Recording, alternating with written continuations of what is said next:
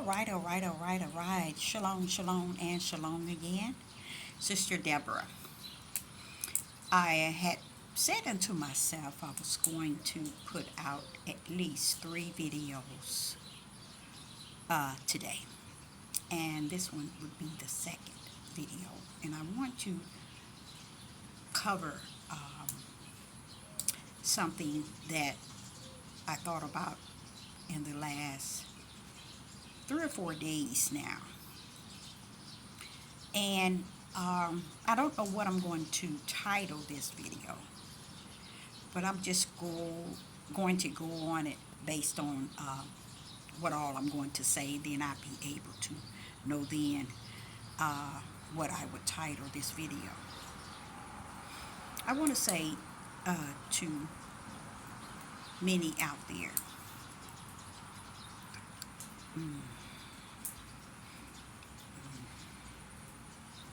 the realm in which the Most High draw us into is a realm that has to be taken very serious. I want to talk about being a young teenager and actually beholding several individuals who spoke that word with such boldness and so much fire. And I remember me marveling off of the words in which they spoke it. And I liked the way they spoke and how they spoke it in a way that you can't really find many people speaking. This is a mosquito over here. And I remember these individuals and listening to them. And I was young. I mean, like really young, in my early teenage years. And I always said that I hope that does not happen to me. I always said that. And I was thinking about that about 4 or 5 days ago. And I said I'm going to do a video on that. And I hope it bless someone out there. The realm that is a spiritual realm, it's not a realm you step into if you are not assigned the realm.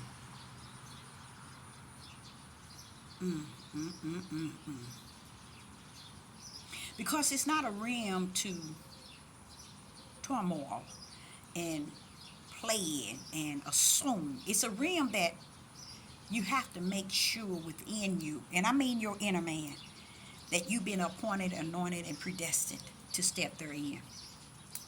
It's so powerful because at that age of 13, I might have been 12, 13, somewhere in there, I sat around the elders. I would call them, they were the elders. And 2 of them was cousins, and 1 was an aunt. But they didn't stay in the same state. They were always coming in town. And see, my mom's house was the house that everybody would show up from all over. They would come to my mom's house. And I remember just listening to people talk about the Bible and about the Most High. Then they wasn't speaking like the Most High or Yah, or they were just speaking about God and the Bible.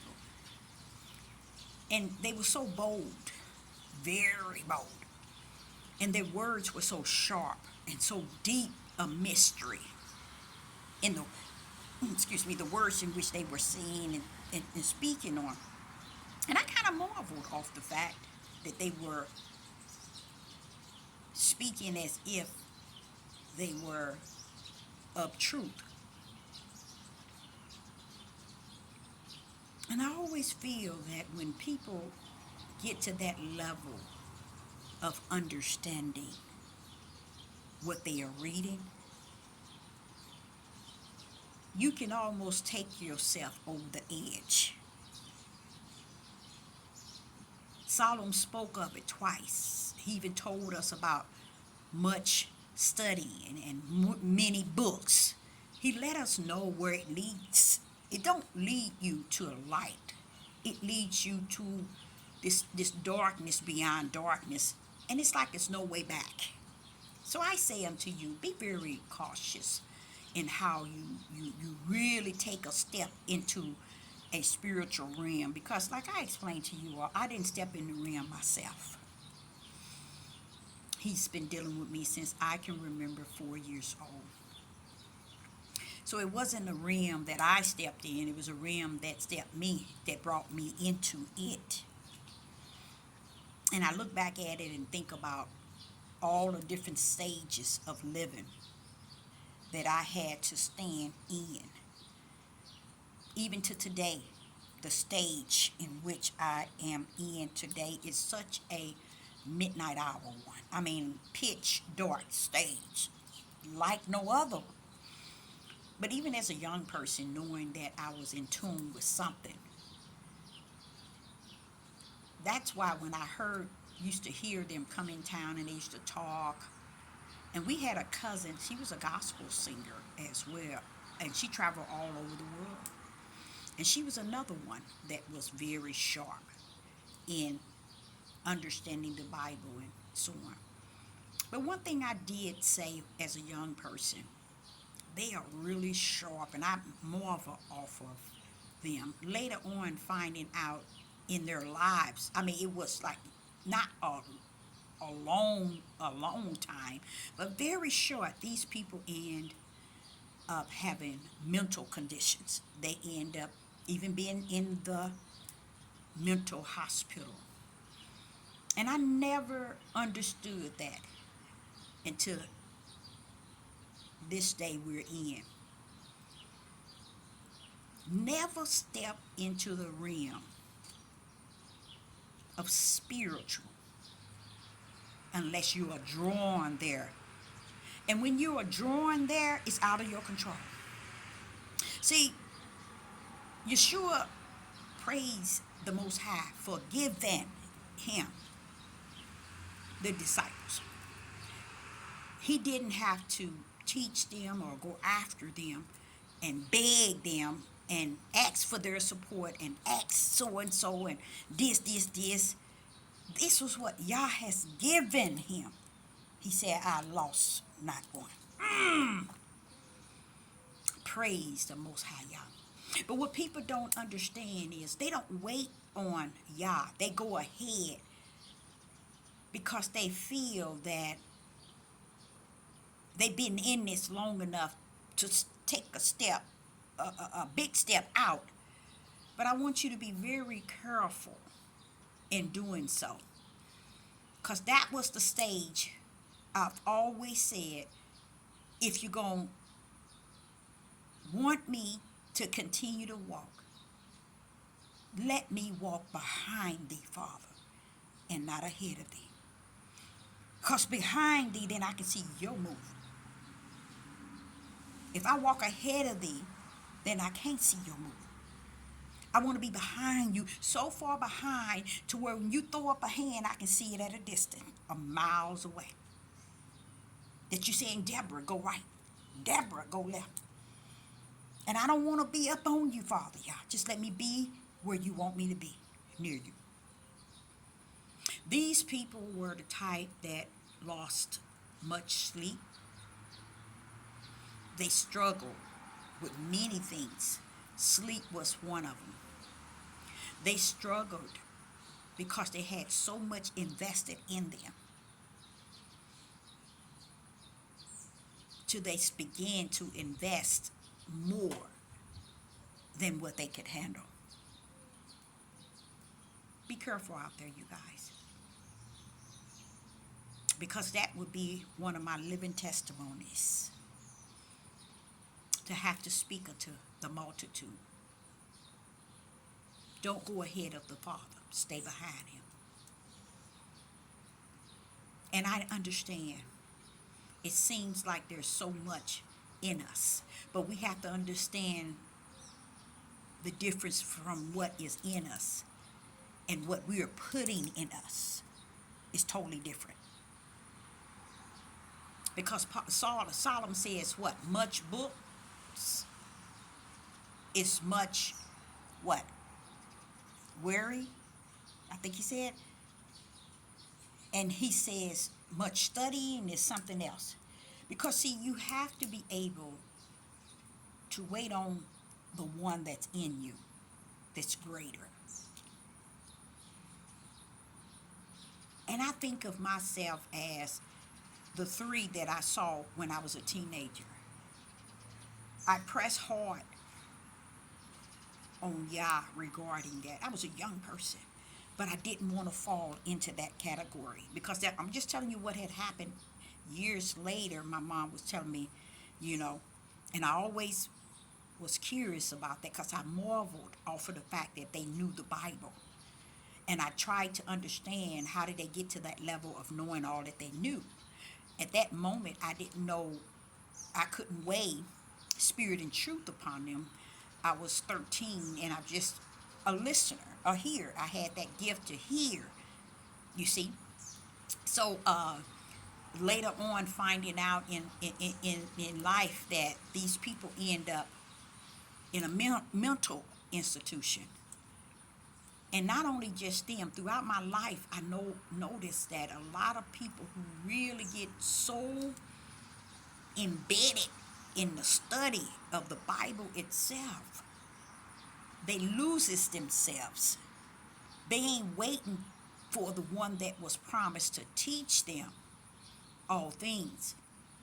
And let me explain something to you guys. That's not just individual who fall in love with the Bible itself and wants to learn everything and know everything ahead of time.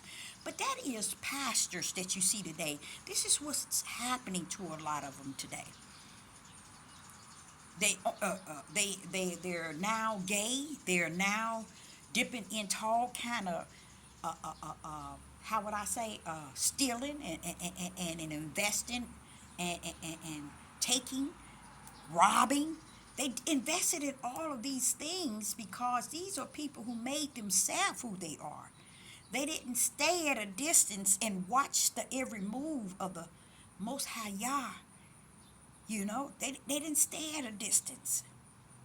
They wanted to be up on him because they felt they had learned so much that they wanted to be up on him than distance from him because they were more so geared in trying to lead the multitude. And when you in a situation like that, they understand not that to go in that way, you have to be just like Yeshua. Yeshua did not call the 12. The 12 was given to him. You see? That's why I tell you, same thing with me. I don't care if it's just one. I'm not here to be the multitude, the one that's holding the multitude. And I sit back and I watch many of them. They're chasing one another that has the multitude. They're not coming onto Sister Deborah page and chase what she say or go up against what she says because what?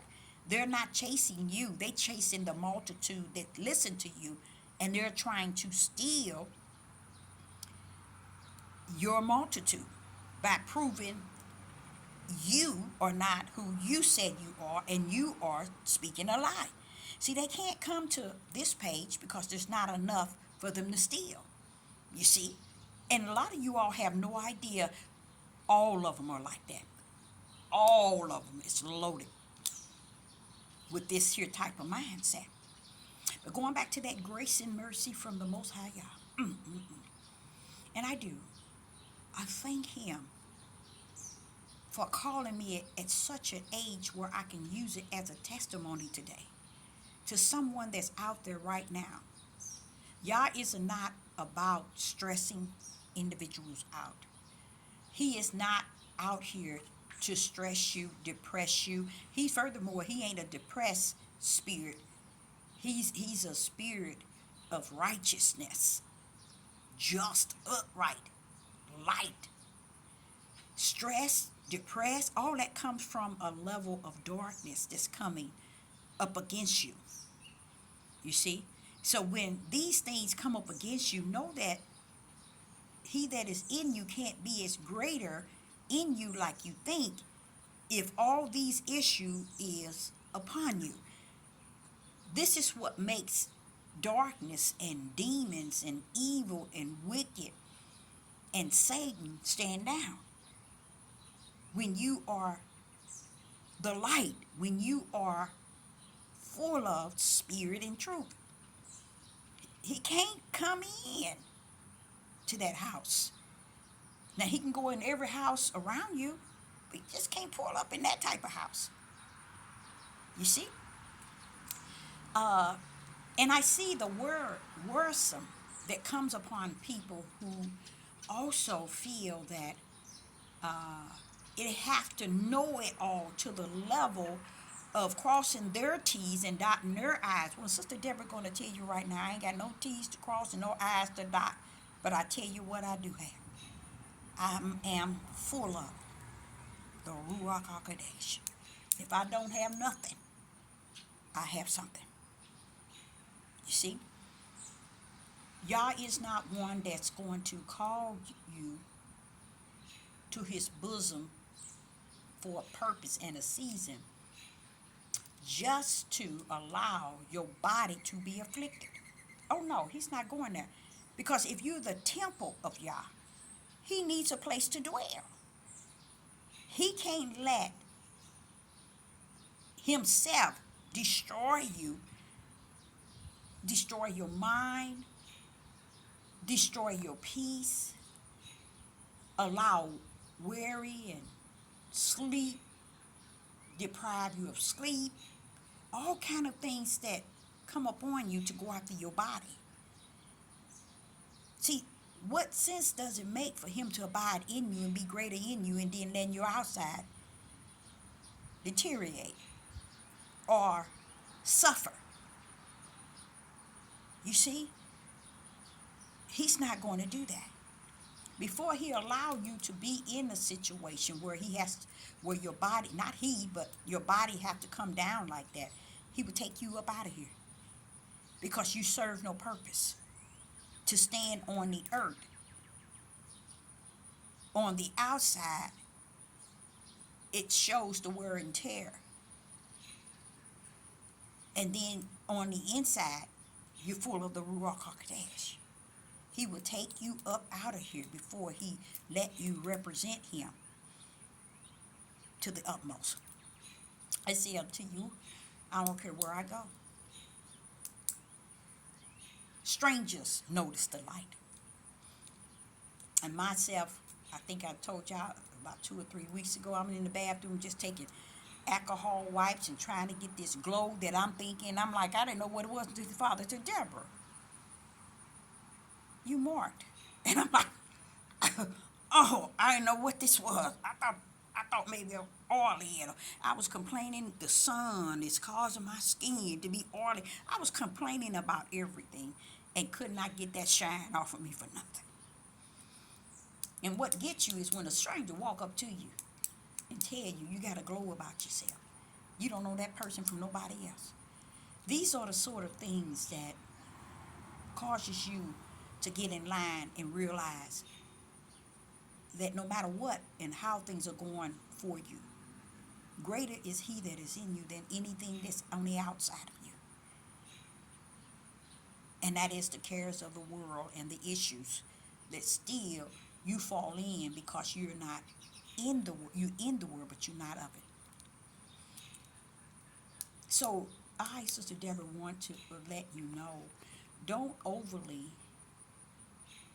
burden yourself with having to know it all or to get it all, to have your T's crossed and your I's dotted. Because I don't have no T's crossed and I don't have no I's dotted. Because too much greater in me than me myself. And all the T's crossed there and all the I's dotted there. All I have to do is be a mouthpiece. Let Yah so shine in you. Let him be the one that tells you this. I was going north side just to take care of some business on the. And I was going from the North County to the South County just to take some care of some business, and I realized how chaotic uh, living is applied to my living. It's just chaotic, y'all. It is really chaotic. If it's not one thing, it's 20 things on top of that one. That's how bad it is. And as I was going, the Spirit gave me a topic after topic after topic. They was blowing at me on the highway, and I was just writing. I said, Father, I'm getting it down, because he was saying so much, and then left the paper at the house in North County. And I said, okay, but I vowed that I will make 3 videos today.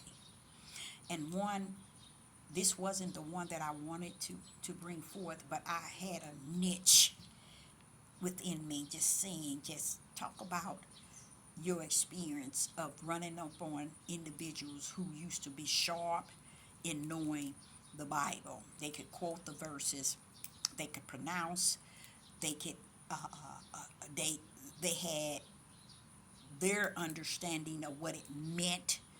They were nailing it and they were breaking things down. But honestly, I always I always said to the Father, after my mom had explained to me what happened to them, I'm always thinking, please don't let that happen to me, Father Yah.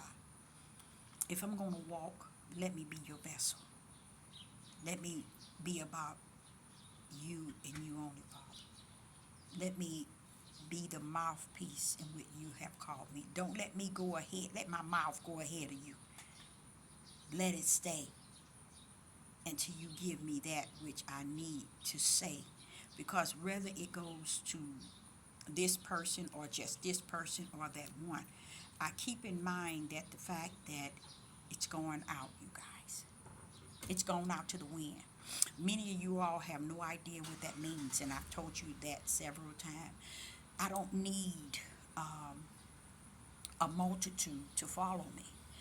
What I have said, based on what has been given to me from the inside, if I speak it out, and I speak it out to few or that one, guess what? It's going to the multitude. Why? It's going to the multitude because, see, we think it's just flesh and blood. But we fail to realize where the really warfare is in the spirit. Principalities. You see? So when it goes out, it goes out. What's going out? Truth. Spirit and truth. It's being spoken.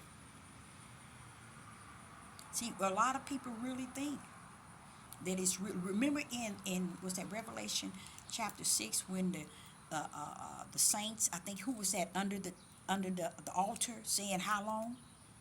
There was people who had passed away, but they saying to the Father, how long? You see? So even if I have to be speaking and it getting to them, what I'm saying. So I'm just saying to you, don't think that the multitude have to follow Sister Deborah in order for you to hear what I said the Most High out of Sister Deborah. Only hold on to what Yah is giving you and invest in what Yah is giving you through Sister Deborah, and let the investment that Yah is investing in you from Sister Deborah, let him take you beyond. You get what I'm saying? Because he can and he will. We are all part of the body of Hamashiach. We just need to learn where we're at in the body and appreciate where we're at. And be grateful that we got the opportunity to be in the body and be helpful to the body. Everybody wants to make the body what the body should be, would be, could be. And the sad thing about it, the body is not even natural. So that's why I try to explain to people, I don't care how you want to look it, how you want to role play it, how you want to play it, you want to think it and feel it. When it all said and done, the body of Hamashiach is spiritual. And our spirit is already resting therein. See? So say for instance, if I wrap my head or I don't, is that going to stop me from being in the body of Hamashiach? Nope, it's not. Which the world called body of Christ, but I said the body, the spirit has made Christ the head, and we are the church in the body. And when he poured out the gifts, he didn't look at you and say, "Oh, do you got your head wrapped? Do you have on a dress, a long dress, or do you got fringes on? Oh no, you got earrings on." No, we don't understand that he sees us spirit. He don't see us black and white. He don't see us male or female. He see us spirit. That's where we're at in the body. It is, and it ain't about one that's masculine or feminine. It ain't one that's strong and one that outspoken. No, he don't see all of that. He see his servant, his son out in the spirit, in the body of Hamashiach. So we just clowning in this here body. That's why he said, "Let your light so shine through this body, that they may see and make desire and want." So they just bringing their dogs out now, and I, Sister Deborah, want to say thank you, and I appreciate you, each and every last one of you, and I thank you. And I will be back with my last video. Shalom. Shalom.